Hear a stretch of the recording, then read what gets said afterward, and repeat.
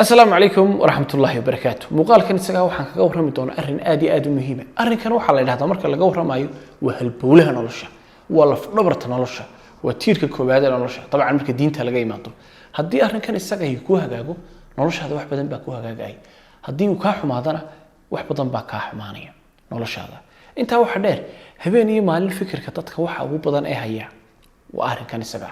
Waa habeen iyo maalin laga fikiriya, waxaynu u dadaalayna, waxaynu mar walba aynu dhididayna waa sida arrinkan isaga aynu hagaajin lahayn. Talo arrinkaasi muxuu yahay? Muuqaalkan aad kaga bogan doontaa insha Allah taala ka faa'iideysi wanaagsan. Mawduucan isaga aan ku soo dhawaado markuu qofku rabo inuu isku filaansho dhaqaale u gaaro ama uu gaaro isku kaaftoon dhaqaale. Qofku saddex jid buu maraa ama saddex meelood buu qofku maraa. saddexda meelood iyo faahfaahintooda iyo faa'iidada iyo dhibta mid walba ay leedahay ayaan muuqaalkan kaaga warrami doonaa. Isla sidoo kalena qorshe fiican baan ku siin doonaa oo haddii aad martid idamka leh waqti yar kooban aad ku gaari kartid isku filaansho dhaqaale. Mawduucan intaynu ku guda jirno waxaynu tusaale u soo qaadanaynaa mar walba laba qof. Qof sawirla ah waa photographer, mid kalena waa mid macallin ah wax buu dhigaa. Marka labada qof baan tusaale u soo qaadanaya si aad si fiican u fahamto waxana uu kaaga dhaadhaco. Waa qodobka koobaad. qofku markuu rabo inuu isku filaanshiyo uu gaaro waxa dadka qaar ay sameeyaan way shaqo raadsadaan. Shaqada waxaan ka hadlayaa waa saacado cayiman habeenkii ama maalintii ayaa lagu heshiinaya in qadar cayiman oo lacag ah lagu siinayo. Marka tusaale ahaan 3 saacadood baad maalin walba shaqaynaysaa $100 oo lagu siinayo amaba 4 saacadood baad shaqaynaysaa oo $400 baa lagu siinayaa. Marka kulba adiga iyo isagu waxaad ku heshiisaan bay ku xiran tahay saacadaha gibad iibisay oo lacag baad ku bedelatay. taas shaqo loo yaqaan. Shaqadu waxay leedahay waxa loo yaqaan xasilooni dhaqaale. Xasilooni dhaqaale waxaan u jeedaa in aanad ka warwarayn haddii busaarad kasta dhacday abaar kasta mushaharkaaga yaraa waa kii ku soo dhaco. Marnaba ka baqan maysid talo bishan mushahar ma heli talo lacag mi ku soo gali. Marnaba ka baqan maysid halka aamin baad ka tahay. Marka taasi waa faa'iidada koobaad. waa faa'iido wax loogu doorsadana aan jirin runtii. Qodobka labaad waa qodobka aynu oran karno faa'iidooyin dheeraad ah. marka qofku tusaale ahaan kale bil fasax uu qaatay hatta uu iska fadhiyaaba uu hurdaa haddana waxa la siinayaa lacag baa la siinayaa fasaxiisa abaal marina ayaa jira jawaa'is la bixiyo ayaa jira marka qaar waxa lagu siinayaa marka retirement aad gaadho lacag ayaa lagu siinayaa marka taasina waa faa'iidooyin dheeraad oo ka baxsan mushaharka aad qaadanaysid. Marka labada dhinac marka aad ka eegto waxaad arkaysaa inay qurux badan tahay in qofku cid kale u shaqeeyo wax ceeb ahna male. dhibaatooyin baa jira ama caqabada ayaa jira ay kow ka tahay qofku markuu shaqeynayo mushaharkiisu korimayo 10 sano ayaad meel wada shaqeynaysaa mushaharku intii buu ahaanaya korodh male. faa'iido darro kale ayaa jirta oo weligaaba karti iyo firfircooni iyo hal abuur lahaw qofka mas'uulka ka ah halku ku amro iyo wuxuu ku dhahdo qabuun bad qabanaysaa wax ka baxsan qaban maysid. Marka kartidii faraha badan qofku lahaa iyo wuxuu soo kordhin lahaaba waa la hayaa waa la xakameynaya in badan shaqaalaha kamid waa sida. ugu dambeyn flexibility dabacsanaan badan ma laho hadaa tirada saacadaha laga dhimo ama baad tirada goobtan meel aan ahayn baan ka shaqeynaya taana laga yeeli maayo. Marka saddexda meelood hadad ka eegto waxaad ogaan kartaa halkaana in hadda shaqadu caqabad ay leedahay laakiin mar walba laga rabo adigu inaad isku miisaanto maxaa faa'iidooyin ah si maxaa faa'iidooyin darooyin ah. taasi wuxuu markaa qodobkii koowaad ee dad badan ay sameeyaan waa inaad shaqo raadsataa. qodob labaad baa jira. qodobkaasi waa shaqada madax bannaan. shaqada madax bannaan waxaan u jeedaa waa in waqtigaaga 24 saacadood maalintii aad haysid ayaad iska jaraysaa intuu doonaha noqdo shaqooyin baad qabanaysaa. shaqooyinkaasi ma aha shaqooyin cid kugu amartay inaad sameynaysid adiga ayaa dad la soo heshiiyay adiga ayaa dad heshiis la soo gaaray dabeedna waxa lagu dhahay hawshaan noqon saacadahana ku soo dhamee ama toddobaadka ku soo dhamee lacagta inta leegna qaado. nin gudoomiye ka sareeya ma jiro nin manager kugu maamulaya ma jirto adiga ayaa isu maamulo ah adiga ayaa isu shaqaale ah ada hawsho dhan qabanay. marka taasina waa hab labaad dadka qaar ay ku shaqeystaan oo in badan oo dadka kamid ah ayaan shaqada jecelayn halkan ay markaa soo shaqo tagaan. saalana soo qaadanayna ninkii macallinka ahaa iskuul buu ka shaqeeyaa wanigi mar soo sheegnay taas waa shaqadii ma ninkani waa nin kale isna waa macallin laakiin waxa uu tagaa college kale ayuu ka shaqeeyaa home teaching guriga ayuu wax ka baraa marka cid ma maamusho isaga ismaamula isla sidoo kalena dad buu shaqeeyaa lacagna uu ku qaataa cid waxa weeye dul taagan ma jirto isaga isu maamula isna shaqaale ah. taasina waxa loo yaqaan shaqada madax bannaan. ninkii sawirlaha iyo kale hadaynu soo qaadno kamaradi suuqaad ee suuqu iskala galaya aroos xaflad dhacaysa dadkaas uu la soo heshiinaya dabeedna sawir ayuu qaadaya lacagna ku qaadanaya cid maamul mayso isaga ayaa isu maani jira kaasna waxaa loo yaqaanaa shaqada madax bannaan habka noocan dadku ay ku shaqaystaan ee loo yaqaan shaqooyinka madaxa bannaan ama freelancing waxa kamid ah faa'iidooyinkeeda in dakhligeedu uu wanaagsanaan karo oo marka qaar halkii lacagta lagu qiyaasayo markaad shaqada aad joogto ay tan waa adiga iyo fariidnimadaada waxa suurtagal ah 5 bilood wixii aad shaqayn lahayd in hal mashruuc oo kaliya ama hal qof ama hal meel aad ka soo hesho marka dhinaca markaad ka eegto waa faa'iido aad iyo aad wanaagsan dhinaca kalena ka tuso flexibility bay leedahay meesha doontaad ku shaqaynaysaa haddaad doontid maalin saacad kaliya shaqaynaysaa maalmaha qaarna 20 saacadood baad shaqaynaysaa marka jadwalkaagana adiga isu haya iyo halka aad ka shaqaynaysid waa qodobka saddexaad kala duwanaanshiyo ayaa jira oo waxa suurtagal ah in boqolaal dad oo kala duwan aad ka shaqaysid markaad mashaariicda iyo hawlaha kala duwan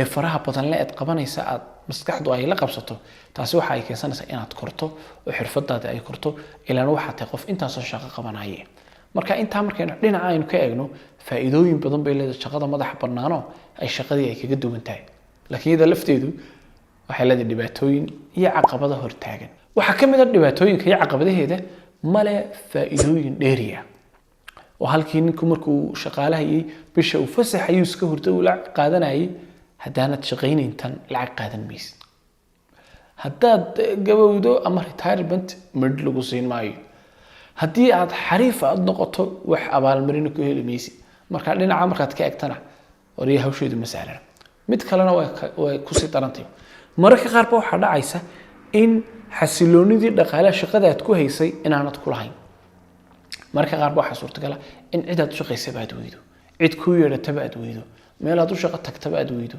cid kula heshiisaba aad weydo marka bilaa dhan aad ku dhacdid bilaa dhaqaale iyo bilaa lacag marka halka tii hore amni aad kaga jirtay arimaha noocaas oo kala tan may dabawaroor baad qabtaa marba dhinac baad u baqanaysaa taloomiyad samaysaa taloomiyad ka daysaa marka iyaduna dhibaatooyinkaas ay leedahay ilaa hadda dad muuqaal kalkan aad soo gaadhay subscribe channel-ka dheh ama follow channel-ka ku samee si wax badan ay ku soo gaadho comment wanaagsan ka bixi ilaa hadda dad nala socoto ugu dambeyn qofku wuxuu gaadho marxaladaha qaar in lacag iyo dhaqaale uu ka sameeyo ganacsiyada yaryar ganacsiyada yaryar marka waxay noqonayaan ganacsi yarood adigu samaysatay ayaad ka samaynaysaa dhaqaale marka tusaale ahaan kale ninkii macalinka dugsi buu furtay ama college buu furtay isaga u gaar ah marka waa business isaga kobcinayo korinayo ninkii sawir qaadaha meherad buu furtay dadka sawirada uu kaga qaado loogu imaado waa ganacsi isaguna marka habkaasina habka loo saddexaad faa'iidooyin bay leedahay faa'iido darana way leedahay sidoo kuwii hore kale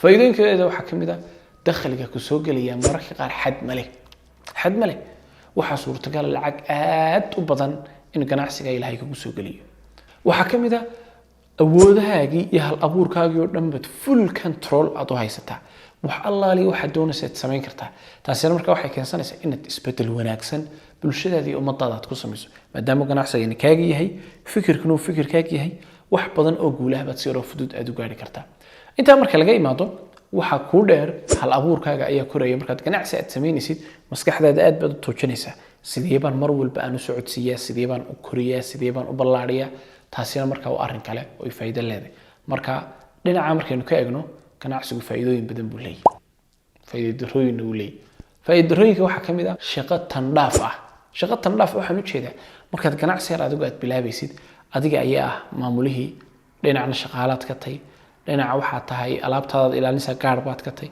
dhinaca xisaabihii guud baad ka tahay dhinaca sayliska ninkii wax soo iibinaad ka tahay dhinaca xayisiisyada adiga sameynaya 100,000 oo hawlood ba dhakada ka fuulay markaas madaxu ku qorxaya marka halkaan waxaan ku arkaynaa in culayska faraha badan la kuwii kala may lahayn laakiin ganacsiga yar aad bilaabaysa waa uu leeyahay xisaabta ku tarso dhinaca kalena aan ka tuso waxa jirta xagga marka aad ku jirtay shaqada aad aamin aad kaga sugnayd waxa weeye busaaradaha iyo abaaraha iyo dhibaatooyinka suuqa soo gala markan waxa tahay qofka ugu nugul oo hadii dalka uu soo galo abaar ama suuq xumaan ay timaado ama waxa amal ay yaani si uu dhaqaalaha dalka hoos u dhaco cidda ugu horeysa ee horjabaysa ee hoogaysa waa adiga markaad ganacsiga aad leedahay sida ugu halka markaad ka eegtana faa'iidooyin baa ka jira marka waxa lagaga baahay mar walba inaad isku miisaanto tee ayaad ku qaadanaysaa si teebad iska deynaysaa marka adigoo eegaya xiisahaaga eegaya hadafkaaga mustaqbalka aad doonayso heerka ganacsi heerka lacageed leedahay isla sidoo kale awoodaada adkaysi eegaya ee khataraha aad u bareeri karto saddexda qodob kolba kugu munaasibka ayaad dooranaysaa. ugu dambeyn waxaan kugu soo gudbinayaa 3 arrin oo muhiim ah. 3da arrin ee muhiimka ah waxay kaa saacidayaan inaad ka soo bilowdo shaqo, dabeedna mustawihii dhexe aad soo gaadho ee shaqadii madaxa bannaaneed, kadibna aad u gudubtid inaad qof ganacsada ah noqotid. 3daas yaroo fudud aad iska dhex marisid baan kugu tilmaami doonaa, waana halkan muuqaalkan iyo fiidiyogan aan u soo socday weeye. kow waxaa laga rabaa inaad gool iyo hadaf aad dejisato. goolkaas waa maxay? ma ganacsi weyn baad doonaysaa, ganacsi yar mise ganacsi dhexdhexaad ah? ma waxaad doonaysaa dakhli badan inuu kusoo galo, mid dhexdhexaad ama mid kugu filan? waa mid waliba hawlihiisa iyo buuqiisa ayuu leeyahay.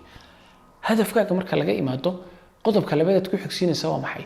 haddaad dhowr xirfadood aad leedahay, waa maxay xirfadda ugu badan ee kaa soconaysa? suuqaaga sidaa u eeg, dadka dhexgal, dadka warayso, ogow waa maxay xirfadda aad ku shaqaysan kartid. dhinacana aad waxa weeye ganacsi, waxaan jeeda shaqo madax bannaan aad ku qabsan kartid. hadhow mustaqbalka dabana ganacsi aad ka samayn kartaa waa maxay? fikraddaana inaad baadha ayaa lagaga baahan yahay. sida loo baadhayada lafteeduna waa aqoon iyo cilmi kale. ugu dambeyn intaa marka laga imaado, waxaa loo baahan yahay inaad lahaatid maaraynta waqtiga, oo waqtigaagu kala caddaado.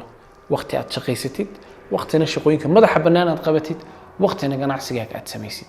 waxaa hubaal ah haddii arrimahan iyo tallaabooyinkan aan kuu soo sheegay si fiican aad u qaato, in 3daabaad iska dhex boodi karto. waana halkaan anigu haddaan taaganahay. shaqaale ayaan ahay, shaqooyin madax bannaan baan qabtaa, ganacsina gacanta waan ku hayaa hadda soo koraya. marka taasi waxay keensanaysaa in mustaqbalka dambe qofka sidaas oo kale uu sameeya in isku filaanshiyo wanaagsan uu gaari doono hadduu Ilaahay yiraahdo. haddaad wax aad ka faa'iiday xalqadan iyada xagga hoose ii soo dhig, asxaabtaadana la wadaag muuqaalkan isaga ah si fiidiyogan dad badan uu gaaro.